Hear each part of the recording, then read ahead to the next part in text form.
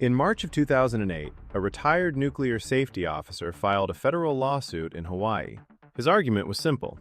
A machine being built in Switzerland was going to destroy the Earth. Not metaphorically, not destroy the planet because it was bad for the environment. He meant a black hole, the actual Earth, gone. The machine hadn't even been switched on yet. This is the story of the Large Hadron Collider, and the surprisingly large number of people who looked at it and thought, yeah, that's probably how we die. The Large Hadron Collider, the LHC, is a particle accelerator operated by CERN, buried beneath the French-Swiss border near Geneva.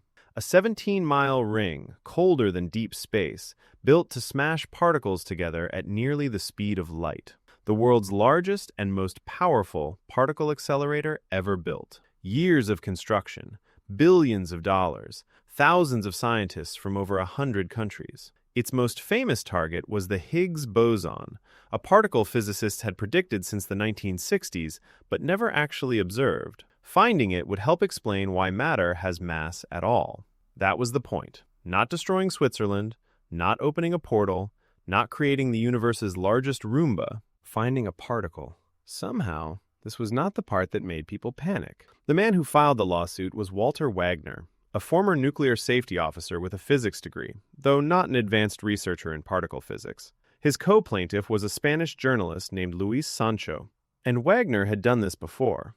In 1999, he'd warned that a smaller collider at Brookhaven National Laboratory in New York might create a black hole that could swallow Long Island, and then, presumably, the rest of us. Long Island survived. Wagner's theory didn't disappear. It just waited for a bigger machine. In 2008, he got one. The claim? LHC collisions could produce microscopic black holes, or something called strangelets, which might then grow and consume the planet. The proposed fix was to stop CERN from turning the machine on. One small problem. CERN is in Europe. The lawsuit was in an American federal court. Not an especially promising jurisdictional strategy. Dismissed. Appealed. Dismissed again. He wasn't done. And he wasn't alone. A German professor named Otto Rösler filed a similar case with the European Court of Human Rights. Another lawsuit followed in Germany.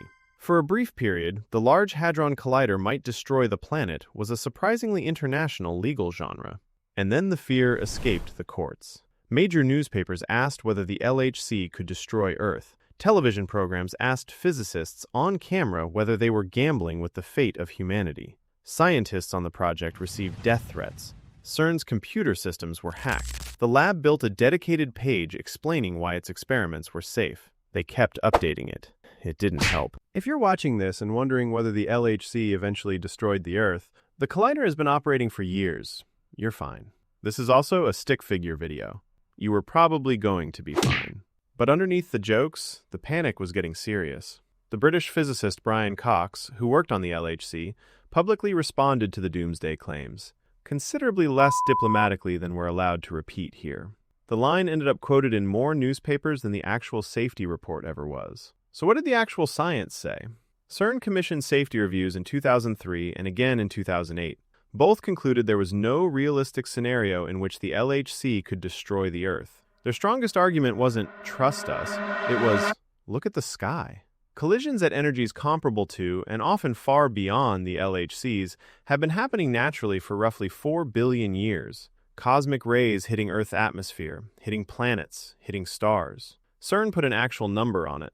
By their own count, nature has already produced, on Earth alone, roughly as many high-energy collisions as 1 million LHC experiments.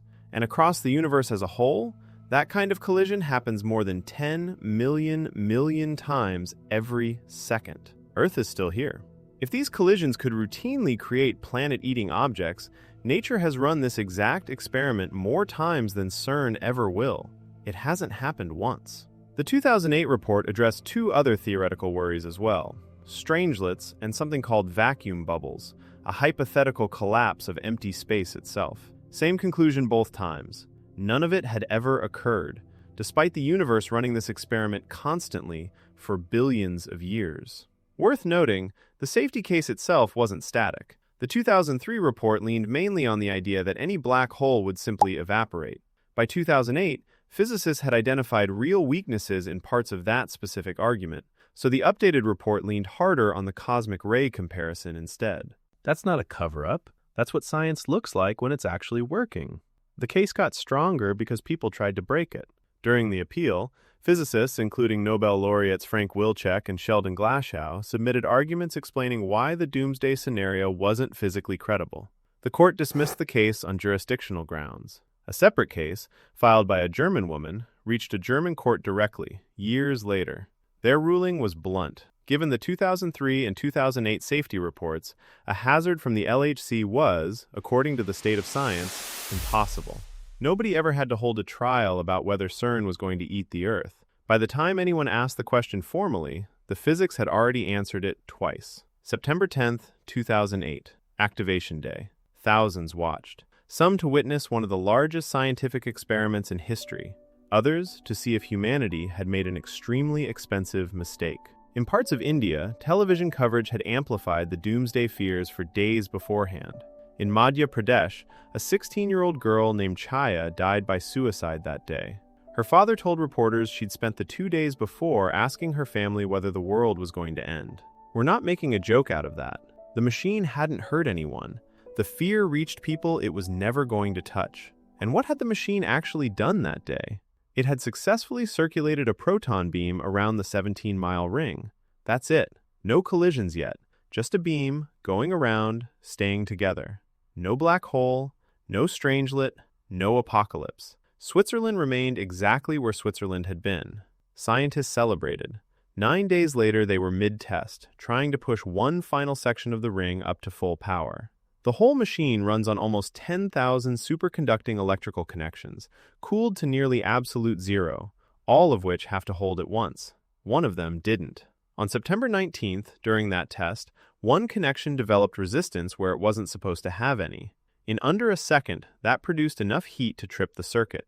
The machine's automatic protection systems worked exactly as designed, safely shutting down roughly 100 magnets in a fraction of a second. But the fault had already done damage. It ruptured part of the cooling system, and several tons of liquid helium vented into the tunnel through the safety valves built for exactly this scenario. CERN's own statement afterward was blunt. Proper safety procedures were followed, the protection systems performed as expected, and no one was ever put at risk. The machine everyone feared would destroy the planet was defeated by an electrical connection. That is almost offensively mundane. Getting it working again was not quick. The damaged section had to be warmed back up to nearly room temperature before anyone could even inspect it properly. Then repaired, then cooled all the way back down to 1.9 degrees above absolute zero. The LHC didn't circulate a beam again until late November 2009. Its first actual particle collisions happened on November 23rd that year. Its first full-power collisions, at the energy the whole machine was designed for, didn't happen until March 30th, 2010. A year and a half to recover from one bad connection. But eventually it came back, and 2 years after that it produced the result it was actually built to find. July 4th, 2012. CERN announced the discovery of a new particle consistent with the Higgs boson, the thing physicists had been searching for since the 1960s, the thing that had justified billions of dollars and one enormous underground tunnel. The media immediately gave it a much more exciting name, the God particle. Physicists generally hated this.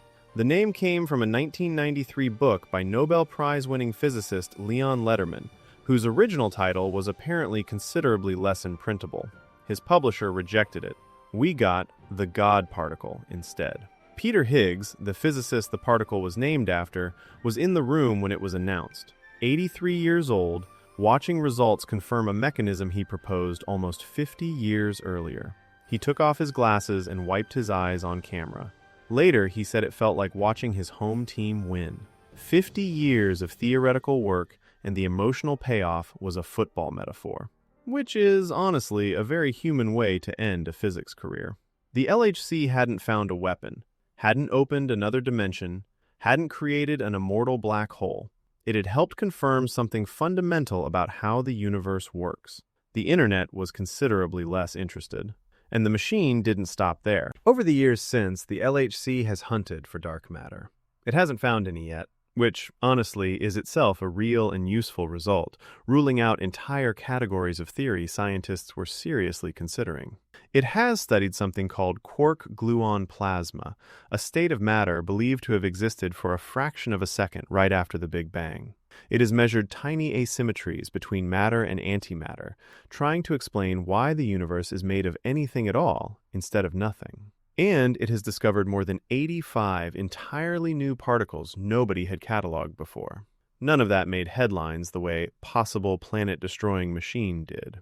As of this year, the LHC has actually gone quiet again, not from a failure this time, but on purpose. In June 2026, it logged its final collision before entering a 4-year, roughly $1.5 billion upgrade, aiming to push the machine's power even further. And even during the quiet, CERN has repeatedly had to address claims involving portals, parallel universes, and earthquakes. Even now, physicists still have to go on record explaining that viral conspiracy theories about CERN aren't evidence that reality's been secretly replaced. Apparently, 17+ years isn't long enough to kill a good apocalypse. Here's what actually makes this story worth telling. It was never really about whether scientists almost created a black hole. They didn't. It's about what happens when a genuinely complicated experiment collides with human fear. A machine gets built to answer one of the deepest questions in physics. A handful of people predict it'll end the world. The prediction spreads through newspapers and television. Scientists get death threats. A teenager thousands of miles away is overwhelmed by something that was never going to reach her. Then the machine turns on. Nothing happens. It breaks because of an electrical connection. A year and a half later, it's running again. 2 years after that, it helps confirm one of the most important results in modern physics, and it keeps finding things, quietly, for over a decade after that. But the thing people remember is the black hole. Fear doesn't need to be correct to be memorable. It only needs to be imaginable. Nobody makes a blockbuster about statistical significance. The scientists kept working. The world didn't end. And somewhere, right now, someone is typing that CERN is hiding the truth, which may be the most realistic ending possible. This is The Crude Canvas. Sources for everything in this episode are linked below. We'd rather you check our work than take our word for it.